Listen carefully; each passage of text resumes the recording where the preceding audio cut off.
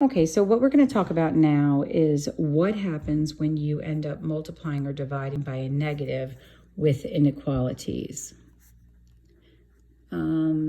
And this is something that you have to really take a minute to understand. So I'm just going to show you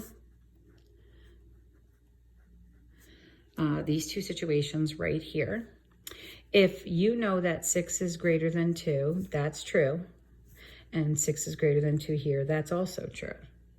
Now, if I were to multiply this by 2, I would have 12 is greater than 4. And that is still true. But when I multiply by -2, I get -12 is greater than -4. And that, my friends, is false. On the number line, -12 is to the left of -4. It is actually less. Now, we live in the math world, in the world of truth. So we have to make a change here to create a statement of truth. So this is kind of a lie here. When you multiply by a negative, you actually, if you leave it alone and you don't do anything, you're lying, because -12 is not greater than -4. So to speak the truth, what we're going to do is reverse that inequality, okay? And now it's true. So -12 now is actually less than -4.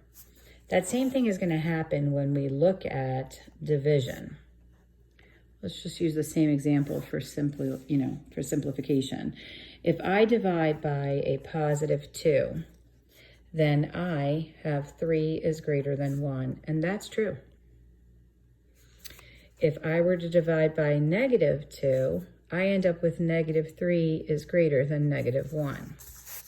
And you just have to kind of remember, like, when you're talking about negatives, you're talking about the opposite.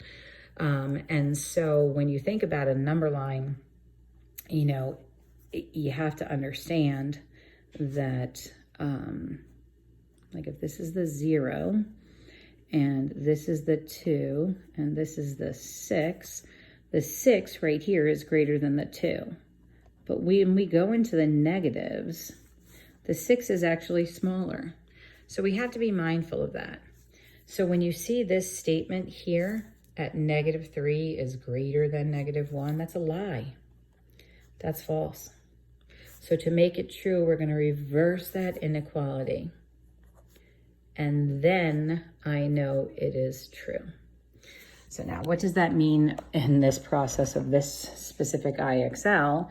Is when we look here, and I'm going to use paper for this, so I just want you to look at it for a minute, is 4 is less than or equal to t over -2. So we're going to solve it just like we solve a regular equation, but when we multiply or divide by a negative, we're going to reverse our inequality. So you should write that in your notebook. When we multiply or divide by a negative, you're going to have to reverse your inequality to create truth. Okay? So in this case, so you take a second to write that down. You can stop it right there. Okay, so in this case, what is happening to my variable is it's being divided by -2. So I'm going to multiply both sides by -2. And when that happens, when you multiply or divide by a negative, you have got to immediately reverse your inequality. Okay? And this right here is -8.